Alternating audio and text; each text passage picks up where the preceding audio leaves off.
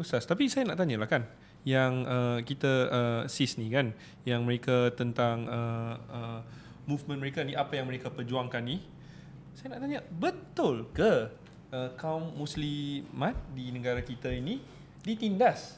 Betul ke yang segembar-gembur yang dicerita oleh diorang tu? Bukan di Malaysia saja, tapi di seluruh baik. Kalau sebut pasal benda tersebut, secara peribadi lah, lepas melihat kepada beberapa kes yang saya tengok sendiri, ada kes yang datang ke minta nasihat daripada Al-Khadim pun, memang ada berlaku ketidakcekapan dalam pengurusan Mahkamah Syariah. Mahkamah Syariah. Dia antaranya Mahkamah Syariah tak ada taring. Tak ada taring. Tahu tak ada taring? No fangs. No fangs. Yes, okay, yes. Kenapa? Okay. Bisa kita tak ada taring. Sebab kalau kita tak bayar hutang bank, tak bayar hutang kalau kita memang tak gangster. tak bukan. Simbat cat merah. Bukan. Polis datang. Oh, betul juga. Sorry, polis. Bukan gangster, polis. Mana mahkamah boleh keluarkan peraturan enforcement tu berlaku. Debt collector. Penguasaan tu berlaku. Maksud dia bila orang tu melanggar dalam perjanjian sivil tadi, mana mahkamah polis sita harta dia. Dia kena bayar sebulan 300. Ada saya baca baru ni, ada yang seorang lawyer tu, dia berjaya menang kan. Jadi perempuan yang kena saman tu kena bayar pada dia orang yang dia ni for almost 30 years, 300 per month. Dia tak mampu bayar, peraturan tu boleh keluar. Sita harta. Dekat sini masalah dia. Bab pertama ni adalah masalah bila saya kata Mahkamah Syariah tak ada taring.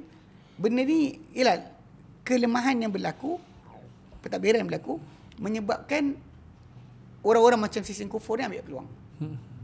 Sebab apa? Sebab dia kata sebab memang berlaku tak ada contoh penguasaan. Contoh bila suami tak bayar nafkah. Memang isteri kadang memang kita sebut dari tu, perempuan patut tahu apa dia punya hak dalam perceraian. Memang cerai tu hak suami. Tapi perempuan tu sendiri ada khuluk, ada fasakh. Dia boleh dapatkan perpisahan dengan suami tadi dengan cara yang lain. Tapi dengan beban pembuktian lah. Dia dibebankan dengan buktikan lelaki tu buat. Contoh tak bayar nafkah. Dia boleh apply, dia tunjukkan tengok suami dia tak bayar. Dan mahkamah boleh gunakan apa yang dibuktikan tadi sebagai sebab untuk fasahkan, annul, bubarkan perkahwinan tadi. Even though suami tadi kata tak nak cerai. Walau suami tadi kata saya tak nak cerai. Walau tak nak cerai.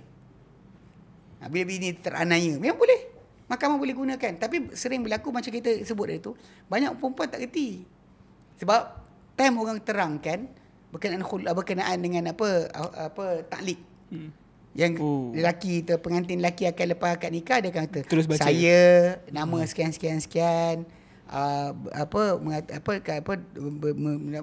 dengan nama Allah menyebut sekian. Kalau saya tinggalkan isteri saya 4 bulan Qamariyah secara berturut-turut, ataupun saya tak tinggalkan nafkah, atau saya sekian-sekian, saya menyakiti, saya mencederakan, semua ada kat situ. Dan dibawa ke mahkamah. Dan diadukan dan diterima, dibuktikan benda berkenaan, dan dia bayar pada hakim RM10 ke? RM10. Maka kalau Kelantan RM1. Maka jatuhlah talak dengan cara taklik. Cara khuluk. Khuluk maksudnya dibayar. Tebus talak. Dia sebut sendiri. Benda tu dah ada dah. Tapi perempuan time tu lah dia sibuk tak gambar lah. Saya kada share kat situ, tengok macam saya kata, dengar lah. Saya kata, dengar. Sekarang kan dah ada banyak hire videographer untuk masa tak tengok dah. Mana tengok dah. Bukti tu. Memang dia tak ada bukti sebab kadi akan simpan suami tu. Memang ada surat tu, ada tantangan lepas tu. Tapi masalahnya banyak perempuan tak tahu benda ni. So bila benda ni tak dipakai, ini loophole yang berlaku ni. Ini kadang-kadang benda yang jadi. Bila perempuan tak tahu hak dia, tak tahu dia punya hak. So dekat sini kadang-kadang Allahualam, kita punya apa tadilah Mahkamah Syariah tak ada taring. Dia tak boleh appoint polis tangkap orang tu, bawa datang. Ada orang lelaki kadang-kadang tinggalkan isteri 6 tahun tanpa nafkah. Kita dulu ada satu zaman 80-an dulu, drama. Suami lari pergi KL, kahwin bini baru. Bini lama tinggal kampung dengan anak. Lepas tu anak pun jual kuih letak atas kepala. Kuih, nasi, lemak. Lepas tu kan jual. Lepas tu mak pula kerja kontrak untuk tanggung anak.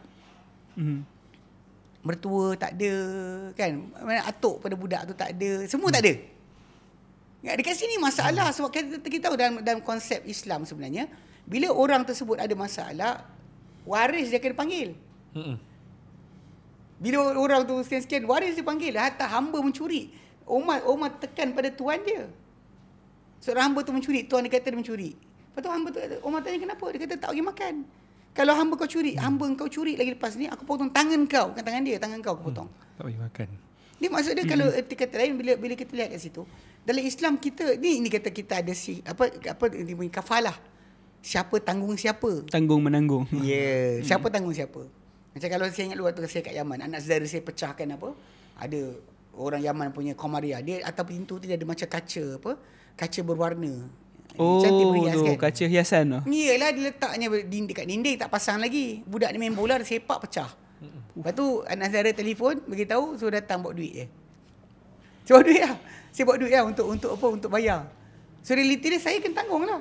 Dalam Islam ada masalah tadi. Jadi siapa tanggung siapa, benda ni semuanya memainkan peranan dalam masalah tanggungan tadi. Jadi contoh macam kes tadi, bila anak tadi terbiar, wanita tadi, dia bukan dia kena tanggung budak tersebut.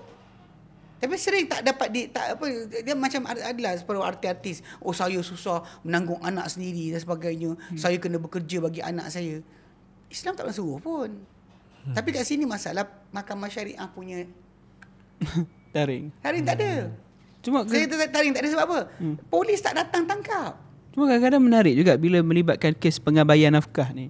Sedangkan si isteri dia boleh je minta hak huluk dia tu untuk bubarkan, tapi instead of minta mahkamah bubarkan perkahwinan, dia pergi mahkamah syariah untuk kes pengabaian nafkah. Ya. Kalau suami tu tak ada duit, tetap tak boleh bayar. Betul. Yeah. Dan benda tu tak akan membawa penyelesaian kepada isteri tu. So lebih baik isteri tu daripada dia push dan argue untuk pengabaian nafkah, dia gunakan pengabaian nafkah tu untuk huluk dia. Cepatlah selesai masalah pernikahan dia tu. Tak, itu masalah yang kita lihat. Kalau macam Helmi tanya betul ke tidak. Secara peribadi memang saya tengok benda tu, bab tu ada. Bab pertama sekali, bab tadi lah mahkamah syariah tak ada taring. Maksud dia bila penguasaan tadi lah, macam lelaki tinggalkan bini 6 tahun. 6 tahun tu. 6 tahun tinggal. Lepas tu pergi sekian kurun sekian, lepas tu dia kahwin baru dekat KL. Tak cerita ada kisah benar yang saya jumpa orang yang mak dia ditinggalkan oleh bapak dia macam tu. Lepas tu bila ada cerita yang kawan saya cerita lah dekat satu negeri. Tak sebut negeri Lepas tu dia pergi ke atas. Kadi daerah tu muda. So jumpa kadi tengah bagi kursus nikah. Dia turun bawah, ada makcik datang mengadu. Makcik tu datang kata, tuan saya, dia jumpa pegawai Jabatan Agama Islam tu, kata saya ada masalah ni, suami tinggalkan sekian. Tahu pegawai kata apa? Ni kawan saya lintas dengar. Udahlah makcik, dah tua, bercerai buat apa? Malu anak cucu je. La ilaha illallah. Kawan saya naik atas balik. Dia jumpa dengan kadi tu, dia kata, "Entah mengajar macam-macam kat sini. Entah tengok tak? Entah punya pegawai cakap apa kat bawah." Makcik tu datang mengadukan masalah dia, tapi tak ada tindakan. Secara peribadi kita nampak dekat situ tak betul. Dia bukan masalah undang-undang tu tak ada. Dia penguasaan tak ada. Ni tak tahulah, mungkin Kementerian Dalam Negeri mungkin kena ada kita panggil apa? Arahan kepada polis penguasa ni untuk tolong mahkamah syariah. Pasal kita tahu bahawa polis berada bawah Kementerian Dalam Negeri punya peraturan ataupun arahan. Kalau tak disuruh tak pergi. Dia tak boleh pergi. Jadi KDN mungkin kena ada clause kat situ pasal kesian. Memang saya secara pribadi masalah tadi kemudian dari segi masalah macam tadi kan, kalau kita berhutang dengan bank, boleh je mahkamah sita harta orang yang tak bayar tadi. Disita harta dia, disita tanah, disita rumah dia, lelong untuk bayarkan hutang tadi. Boleh. Tapi kenapa untuk perkara ni, untuk suami yang meninggal mengabaikan isteri, tak ada tindakan dibuat? Ini yang bagi saya, kalau Helmi tanya ada ke tidak tu, dari segi pengurusan tu berlaku. Kenapa? Ini kita pernah sebut dulu. Tapi kali kalau anak-anak pandai, hantar belajar agama. Betul. Kalau anak-anak ada apa DEF, dihantar untuk jaga agama, ni jadi. kan. Sebab memang Hidup kita- pening macam tu. Saya secara peribadi hidup pada zaman tu, zaman di mana orang hantar sekolah agama anak-anak yang tak pandai akademik. Zaman hari ni pun macam tu Ustaz. Sekarang tak, sekarang ada mahal punya. Tak, yang mahal lah yang ni. Yang tak pandai-pandai ni hantar pergi pondok. Itu yang keluar wali tu, wali ni. Ikhman kata tu betul. Dekat belah Kelantan masih lagi. Hantar Anak pergi tak pondok. jadi campak pondok. Apa pondok? Ini masalah. Lepas tu katakanlah lepas saja pondok tadi dapat 4 senawi dan sebagainya. Masuk jawatan agama Islam. Awak rasa macam mana pentadbiran dia? Ini konsep yang kita kena faham lah. Jadi situ yang saya lihat. Kemudian dia satu part lagi masalah wanita tak tahu, yang kita sebut tadi, wanita tak tahu hak dia. Yang tu Ustaz. Tak diberikan kepada dia hak sebenar. Apa benda sepatutnya dan apa mana apa benda dia boleh tuntut. Apa benda yang sepatutnya dia diberikan. Kalau kita suruh dengan lawyer, masa kita pernah jumpa sekali tu. Seorang wanita revert. Dia masuk Islam. Tapi suami dia ni kira macam foreigner. Dia Malaysian. Suami dia foreigner. Dia datang jumpa 2 tahun lepas. Dia jumpa Ramadan. Dia tanya saya macam mana nak buat. Ya, pasal kalau tak dia kena masuk tu, kena pakai lawyer dan sebagainya. Ni pun lawyer pun masalah juga. Kan benda ni ada pemudah cara sebenarnya. Pemudah cara bagi urusan tadi. Saya kata sembang dengan dia kata macam suami dia dah berapa bulan, dah dekat setahun tak bayar nafkah. Dah ada girlfriend baru pula. Staying in Malaysia, tinggal di Malaysia, pakai permit guna nama dia. Sebab suami Malaysian. Suami kepada seorang wanita Malaysia. Tapi suami tu tadi tak jaga dia. Dia ada girlfriend baru. Lepas tu dia kata macam mana? Dia kata nak buat macam mana? Saya kata macam ni. Saya kata, do you have your marriage certificate? Dia kata ada. Saya buka belakang. Buka belakang tu saya baca kan. Saya bacakan taklik yang disebut oleh suami tadi ketika mana nikah tu. Saya kata ni this is your safe clause. Ni safe clause ni. Terms and condition. Terms and condition. TNC apply. Jadi saya kata gunakan ni. Dia kata nantilah try. Jadi waktu lepas tu lepas jumpa saya, dia pergi jawatan agama Islam sebagainya. Kat situ adalah lawyer pro bono dan sebagainya kan. Tapi ada lawyer cakap ni 3-4 bulan. Padahal sebenarnya tak macam ni pun. Dia bawa benda tu, saya ajar dia macam mana nak pakai kan. Saya kata pergi sana, saya cakap nak initiate dia ni. So suami tak, dia ada bukti yang dia bayar semua sekali. So jadi dia tanggung keberadaan suami dia. Anak 2 orang perempuan.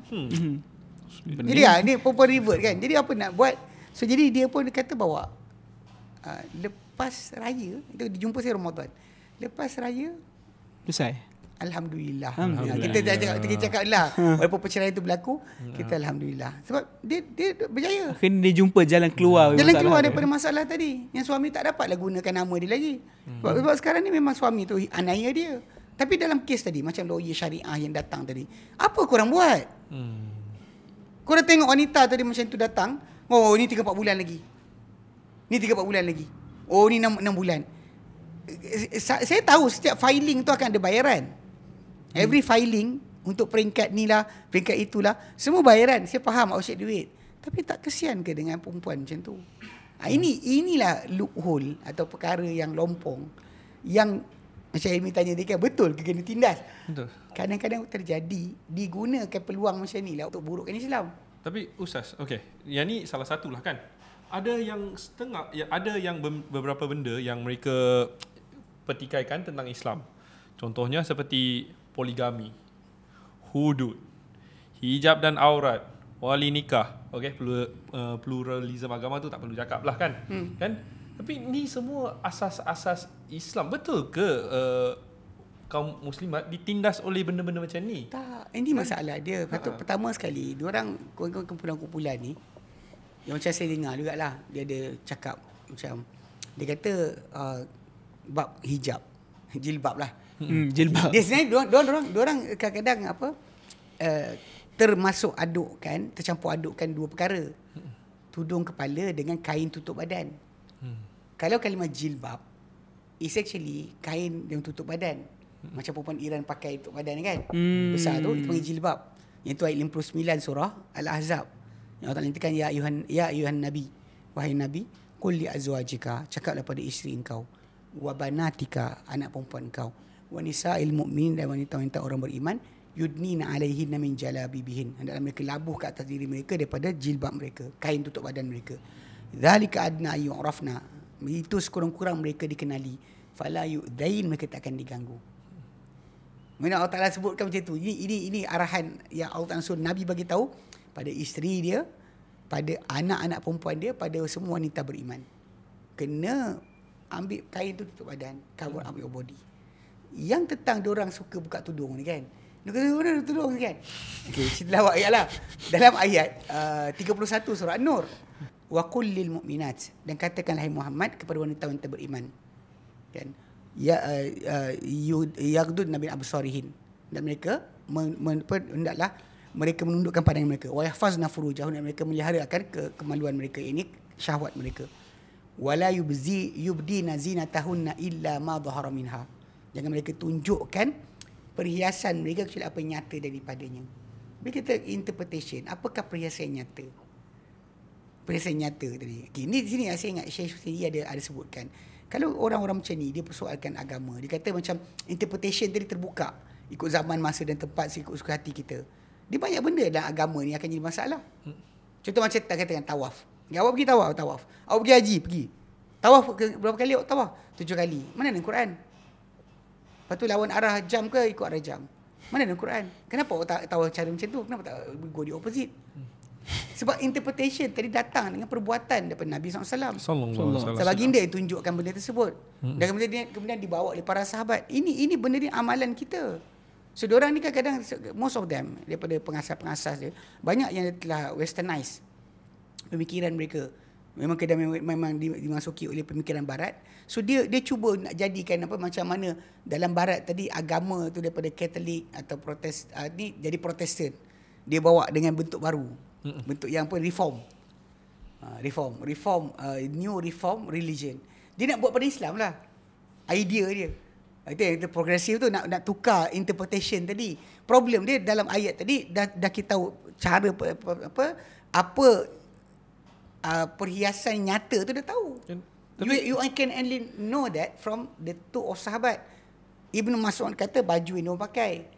Ibnu Abbas kata muka dan tapak tangan. Kita tengok pada sudut macam Syekh Albani rahimahullah pun sokong perkara ni.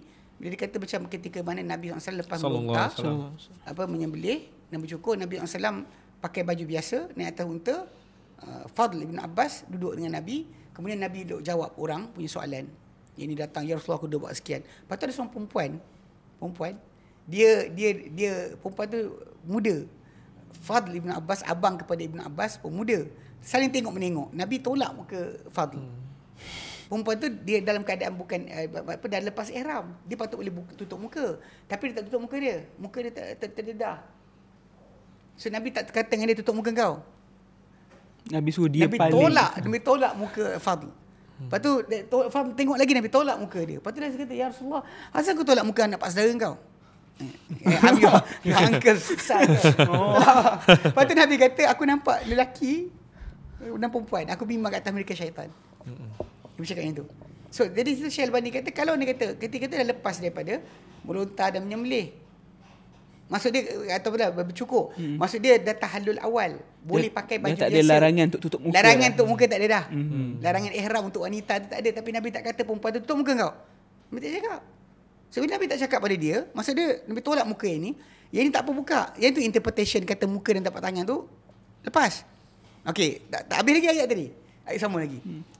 Wal yadribna bi khumurihinna ala juyubihin. Mereka melabuhkan tudung kepala mereka ke atas belahan baju mereka. Tudung kepala, khimar, tudung kepala mereka ke atas belahan baju mereka. Jaib ni. Ni jaib, bukan ni. Belahan dada. Ni bila kita nak masuk kepala dalam baju, kawasan belahan ni panggil jaib. So jadi labuhkan tudung kepala mereka kat atas belahan baju mereka. Tutup dada lah. Itu maksud dia. So diorang interpret macam mana lagi sebenarnya? Itu masalah dia. Bila orang kata tudung tak pakai ni kan, orang kata ikut Islam. Islam mana yang dia ikut? So ini benda tu jelas. Lepas tu saya dengar di separuh mereka kata apa? Dia kata Quran sebut kepala, sebut dada, tak sebut tengkuk. Saya kata macam juga Quran kata. Ni ayat lah saya cakap apa dengan satu kelas saya ngajar. Saya kata Quran betul sebut pada kita jangan derhaka pada mak bapak dengan jangan tengking mereka. Yang kata tak sebut tak kata jangan terkajang. So jumpa sepak bapak kita. Lepas tu kenapa? Awak derhaka pada apa? Mana dia ustaz? Awak terkajang dia. Quran kata jangan kata saya tak kata saya terkajang dia. Saya masih ikut. Tak, faham tak? You want literal. Pasal dia kalau dah kepala tutup, yang lain lagi patut tutup lah. Itu maksud dia. Kalau Quran kata jangan tengok, pegang lagi lah haram. Kau nak faham berkenaan bersalaman kan? Tengok pun tak boleh, apa lagi pegang? La ilallah. Kan Quran kata jangan tengok, lepas tu pegang tak apa. Lepas tu saya cakap lah, ini ayat jahat lah. Kawan dia, yang student saya tu, dia bukan budak lah, tua, dia banker. Dia kata nak pegang apa ustaz? Saya kata tujang mata pegang-pegang. Dia kata pegang apa ustaz? Semua dah ni. Dah lebih umur dia kata. Allah. Tapi realiti dia bagi saya benda tu jelas kan, tak ada interpretation lain yang patut difahami. Kalau dia nak mainkan tajuk aurat tu kan, benda tu memang perintah Allah Taala dan benda ni adalah protection. Benda ni ingat tak satu video yang seorang budak dia buat social experiment. Dia suruh girlfriend dia mula-mula pakai baju baju nampak dada separuh kan jalan. Dia follow dengan kamera. Semua tempat perempuan tu lintas, semua lelaki kacau. Even some of them follow jalan separuh, ikut nak kacau. Perempuan tak selesa macam tu. Alah tahulah mungkin perempuan yang ada sikit skru hilang, dia naklah dia perhatian macam tu. Bukan kurang perhatian. Kurang perhatian tak buat apa lah kan. Dia nak macam tu. Dia suka dilihat dan sebagainya. Okey, tapi yang ini memang perempuan tak suka. Kalau tu baiklah buka tandas tu tutup lah bagi orang tengok. Kan? Okey, realiti dia. Betul tak? Orang nak perhatian sangat kan? Jadi bila lelaki ni dia buat first jalan. Memang video sampai sekarang ada lagi. Dia bawa jalan, memang tunjukkan. Second time, dia suruh girlfriend dia pakai tudung. Nobody disturb her. Tak ada siapa kacau dia. Itu protection yang kita nak. Kadang-kadang orang persoalkan kata, kenapa lelaki tak jaga diri? Kita ada dua side. Dalam Islam ni, dua, mencegah lebih baik daripada merawat, mengubat. Awak nakkan protection. So you have to do things yang patut buat. Contoh macam tak nak pencuri masuk. Awak buat apa? Kuncilah pagar. Ni biar pagar teranga. Mana polis tak jaga rumah saya? Awak buat apa macam tu? Awak tak tutup pintu rumah. Lepas tu bila orang datang masuk, awak marah pula. Belum teranga. Memang ada satu benda lah. Rumah kami tu, lelaki ramai. Jadi rumah kami tak kunci. Siang malam kadang teranga je. Gate pagar rumah tu macam tu. Buka je. Bila saya kahwin dengan isteri saya, keluarga dia perempuan je ramai, lelaki bapak mertua dia seorang, bapak dia seorang. Jadi rumah dia asyik kunci je. Kalau keluar dia kena kunci. Rumah saya tak kunci. Keluar masuk macam tu terbuka je. Jadi sekarang ni saya dah adapt yang cara baru lah. Cara baru asyik kunci rumah. Kalau dulu kita rumah tenganga pagar tu. Tengadah. Ya bapak kita pun polis. Jadi memang apa dengan pagar dia buat tembok tu kan.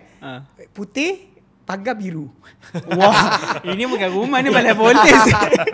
Exactly. Memang ada tu. Lepas tu dekat depan rumah pula ada apa? Buku untuk polis datang letak. Oh tu yang apa peti surat biru tu. Ya, polis yang beronda kena lintas itu. Jadi realiti dia perbezaan tu saya nampak lihat lah. Pasal kita bila ini masalah yang sering berlaku. Hatta saya tengok seorang ni satu video yang ada Chinese guy ni marah pasal budak lelaki tangkap gambar skirt isteri dia. Memang betul saya pun tak setuju benda tersebut. Tapi macam realiti dia macam attraction yang mengajak. When you open something untuk orang tengok, dan orang tengok kenapa nak marah? Macam saya pernah dulu ada amoy-amoy daripada Tak College. Ada jiran saya. Sekali tu saya naik bas, sekali dia orang naik sekali. Lepas tu dia orang macam muka dia cuak tau, muka macam saya kata kenapa? Kita sembang lah kenapa kan? Saya ambil pinjam basikal saya, raket saya. Jadi saya tanya kenapa? Dia diam. Takut kena raba ke? Dia kata yang tu. Saya kata lain kali pakailah elok sikit. If you wear decently, nobody will disturb you. Kalau orang tu disturb juga, memang orang tu nak kena pijak lah.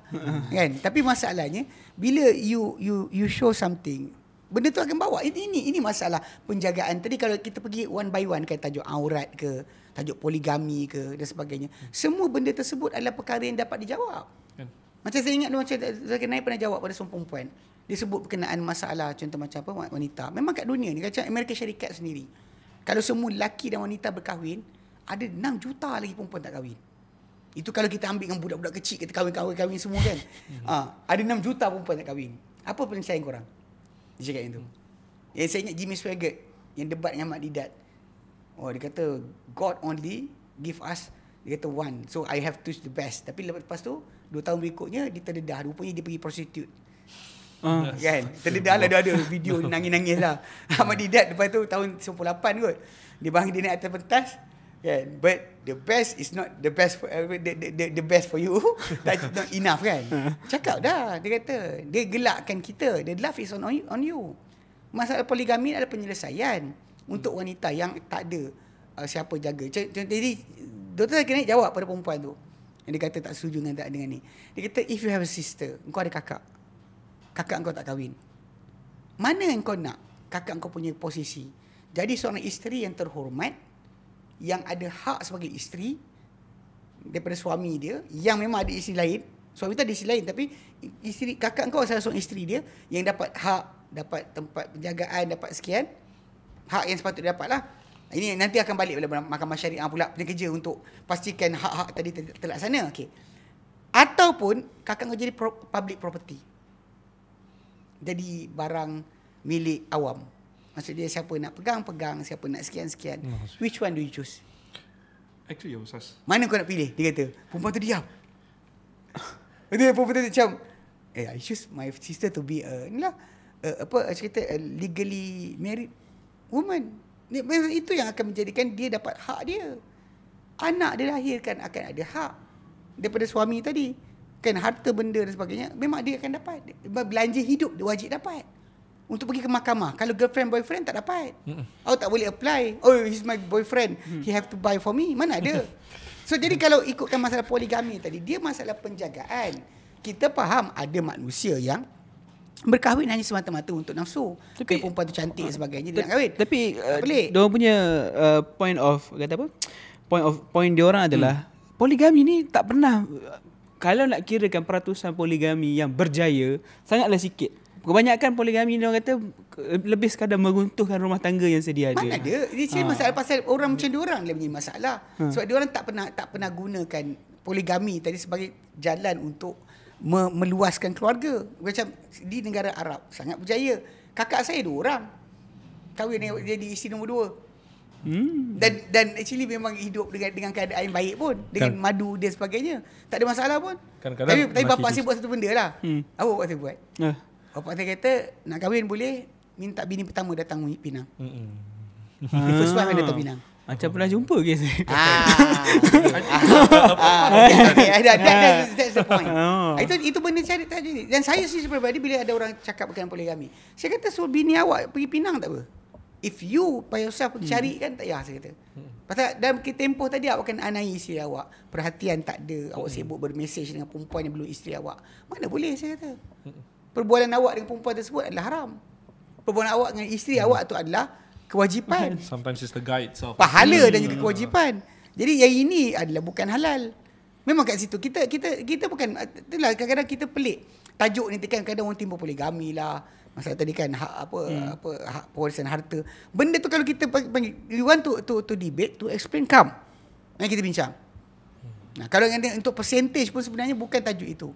Sebab yang kejayaan kalau kita kata negara-negara, pasal dia the way atau cara kita membesar, bahan apa didedah pada kita. Kita didedahkan dengan cerita bawang putih, bawang merah. Macam mak tiri je jahat. Mak tiri jahat. Mak tiri jahat. Kan? Banyak je mak tiri kita pun baik sebenarnya. Jadi realiti dia, benda tu macam memang digambarkan buruk daripada awal. Mana girlfriend boyfriend tak apa. Kan. Mana kekasih gelap, secret lover tak apa. Bergayut dulu gila. Tak apa, pergilah taman mana pun tak ada undang-undang. Tak ada undang-undang. Jangan kahwin. Jangan kahwin. Kahwin je masalah. But that's the thing, Ustaz. Baru-baru ni ada komen datang daripada kita punya online class. Online program kan. Yang sister ni tanya, boleh, actually dia come to a realization yang poligami ni, dia dah kan kau ada satu lelaki yang dah berkejaya, yang anda tahu responsible, okay, that can take care of you daripada aku nak kena pergi cari satu benda yang tak tentu lagi, you know, and all that. Betul. So why not, you know, put your reliance on this yang nyata. Betul kan? And Ustaz, kalau kita boleh circle balik ke isu yang hijab tadi tu kan. Okay. Saya tak faham. Apa yang saya tak faham ialah kau tak nak pakai, kau dengan Allah lah. Ni kau ajak ramai-ramai tak nak pakai, kenapa? Betul, itu masalah dia. Tak, itu masalah atas nama satu organisasi. Dia bergerak beramai-ramai untuk mengajak orang meninggalkan ajaran Islam. Sebenarnya. Sebab tu kenapa fatwa yang datang daripada Jabatan Agama Islam atau MAIS kan, Majlis Agama Islam di Selangor, ada terpakai pada mereka sebab mereka bergerak dengan pergerakan tadi atas nama bila bercakap mewakili sistem Islam. Mewakili Islam. Itu yang kenapa Sultan Selangor sendiri duka cita dengan dengan keputusan Mahkamah Persekutuan, dan tapi dalam masa dia kata jangan pakai nama Islam lah. Ya, Ustaz, sebab kalau kita tanya sister-sister yang kita ada ni kan, yang pakai tudung ni, pakai hijab ni kan, bukalah kau jangan pakai lah. Dia gila, dia orang yang nak pakai. Kenapa kau nak ajak ramai-ramai yang tak pakai? Kan, ni pasal apa? Pasal cerita dia benda yang sama berlaku pada masalah Barat. Memang Barat sering pakai tajuk ni. Tajuk wanita Islam ni ditindas. Oh, speaking of Barat. Dia orang gunakan benda tu untuk kata ini wanita ni di-oppress. Saya tengok ada satu budak perempuan kat Perancis, dia berdebate dengan beberapa orang daripada jurnalis tentang tajuk yang sama. Pasal tajuk ni dipertahankan diri dia. Pasal dia pakai willingly. Memang dia nak pakai kerana dia nak pakai. Kan? Kenapa, apa masalah dia? Kalau orang bogil tak apa, kenapa orang pakai masalah? Bagi dia orang to liberate wanita daripada peraturan tadi tu, itu yang bagus. Sedangkan sebenarnya ikut pada semua agama, bahkan ikut pada bangsa timur, menutup aurat ataupun menjaga kesopanan pakaian tadi adalah terlaksana pada semua bangsa, baik Cina, baik India, baik Melayu sebelum Islam, baik sekarang, semua sekali. Memang culture. Saya ingat dulu perkara ni ada kita bincangkan. Kita waktu tu kita sebutkan tentang tajuk untuk New Muslim Community punya kelas kan, hari Sabtu. Saya ganti share. Tajuk dia adalah how to retain my modesty. Macam mana kita nak kekalkan rasa malu. Betul. Jadi waktu time saya ceritakan benda berkenaan, saya cakap rasa kata benda ni malu tu sendiri sebenarnya boleh berasal daripada 3 punca. Pertama, daripada didikan keluarga. Bukan, pertama daripada naturally Allah Ta'ala jadikan fitrah. Jadi kita kata dari mana dalil dia? Tengok kepada kisah Adam dan Hawa dalam syurga, bila mereka jatuh je pakaian, mereka pun taufiqah tutup kata diri mereka daripada warakil jannah, daripada daun-daun syurga. Dia automatik. Tak payah diajar terus dia macam dia malu tu datang. Itu natural yang Allah Ta'ala jadikan dalam diri kita, rasa malu. Okay. Secondly, dia adalah apa yang mak bapak kita ajar. Mak bapak kita kata, jangan tengok. Jadi benda tu akan jadi natural pasal didikan keluarga. Dan saya pernah jumpa ada budak-budak. Saya tahu anak siapa. Dia pasal macam ni. Dia lari bogil depan orang. Apa dia? Lari bogil budak perempuan 2 orang. Saya kata, pasal korang ni? Lari. Kita tahu anak orang kan anak Cina. Allah Allah. Tapi jangan mana tahu kan kita dengan orang ramai tu. Jadi saya terkejut lah macam, ni saya faham lah, maksudnya kadang-kadang tak diajar oleh family. Dia hilang. Thirdly, oleh budaya atau masyarakat. Lepas tu saya ingat brother Roland. Dia persoalkan. Roland. Rahimahullah SWT rahmati beliau. Amin. Dia tanya soalan. Dia kata uncle Roland. Dia kata kalau tengok macam kau terangkan tadi, dia kata dia cultural. Benda ni masalah malu ni cultural. Dia bukan masalah ni. Jadi kalau culture, macam kita nak impose pada orang ikut culture orang lain. So everybody ada culture masing-masing, dia kata. Saya kata itu pada asalnya. Tapi masalahnya bila contoh saya bacakan ayat 59 surah Al-Ahzab, yang Allah Ta'ala kata pada Nabi, ya ayuhan Nabi qul li azwajika wa banatika wa nisa'il mu'minin yudnina 'alaihi min jalabibihin. Mereka labuh kata diri mereka daripada jilbab mereka, kain tutup badan mereka. Ni Nabi disuruh untuk suruh isteri dia, anak-anak perempuan dia, dan juga wanita orang beriman. Jadi memang ada perintah Tuhan untuk perkara tersebut. So kita balik sekarang ni religious punya tajuk. Kalau cultural, saya kata akan berubah. Ikut zaman Ikut dan zaman. budaya Ya. Okay, masyarakat. dia pasal dia Australian. Saya boleh kata, dia Australian. Okay, saya kata macam ni. Kau tahu tak bahawa dahulu ada seorang perenang perempuan daripada Australia disaman di Boston kerana pakai one piece yang kalau sekarang dia pakai ni sangat sopan. Ya.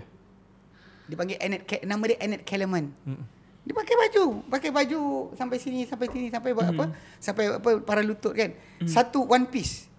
Yang zaman tu orang di US pun tak pakai macam tu. So dia berenang dekat Boston pakai baju yang tu, dia kena saman dengan polis Boston. Bukan polis Mekah. Bukan polis Arab. Bukan orang pondok. Yang saman dia polis Boston, saya kata. You know that, saya kata. So perasan tak macam mana culture tadi berubah. Sebab tu agama masuk campur. Bila culture tadi akan berubah dan beralih, maka agama letakkan satu guideline sebab timbangan kita akan berubah. Satu masa dulu orang anggap benda ni cukup modest. Cakap, sopan dah. Satu masa nanti, taklah macam ni pun modest juga. Macam baru ni saya tengok satu video. Dia kata pelik macam mana diorang boleh berjaya buat satu dalam masyarakat barat satu keadaan yang sangat pelik. Seorang perempuan kalau dia keluar dengan baju dalam, seluar dalam di tengah ramai, dikatakan sebagai memalukan. Dia kan, apa ni? Tukar pakai baju. Apa ni? Dalam masa yang sama, dia keluar pula pakai bathing suit yang mungkin lagi kecil daripada baju yang dalam dan juga seluar dalam dia pakai. Dan tak ada salah. Dia berjemur tengah panas, orang semua tengok dia pakai tiba-tiba itu. benda tu jadi okey. Dia macam Mamat tu kan. Dia kata, apa beza dia? Bahkan dia kata lagi teruk. Yang perempuan tu pakai berbanding dengan baju dalam. Dia akan cover diri dia kan baju dalam tu kan. Tetangga baju kan? Tapi macam tak macam kamera. Kalau kamera tu tangkap, tapi kalau kerja yang kau jumpa dekat tepi pantai, boleh pakai seluar dalam. Faham tak? Benda tu jadi confusing lah. Confusing dah. Mana nilai dia tang mana? Sebenarnya Mana nilai time- tu berdiri atas apa sebenarnya? Itu sebab kita kata benda tu nilai. Satu masa dulu kita anggap LGBT ni adalah benda yang rosak. Sekarang ni satu kempen berlaku untuk suruh kita terima, wajibkan kita terima. Astagfirullah. Filem, movie dan sebagainya. Jadi benda ni sebab kita kata macam masalah kan sisi Incofor ni bila dia bergerak. Pergerakan dia tadi untuk merosakkan agama. Betul. Pasal dia bukan masalah individu atau pasal pertubuhan dia tadi bersama-sama dengan satu fikrah dan satu fahaman untuk bergerak kepada reform Islam.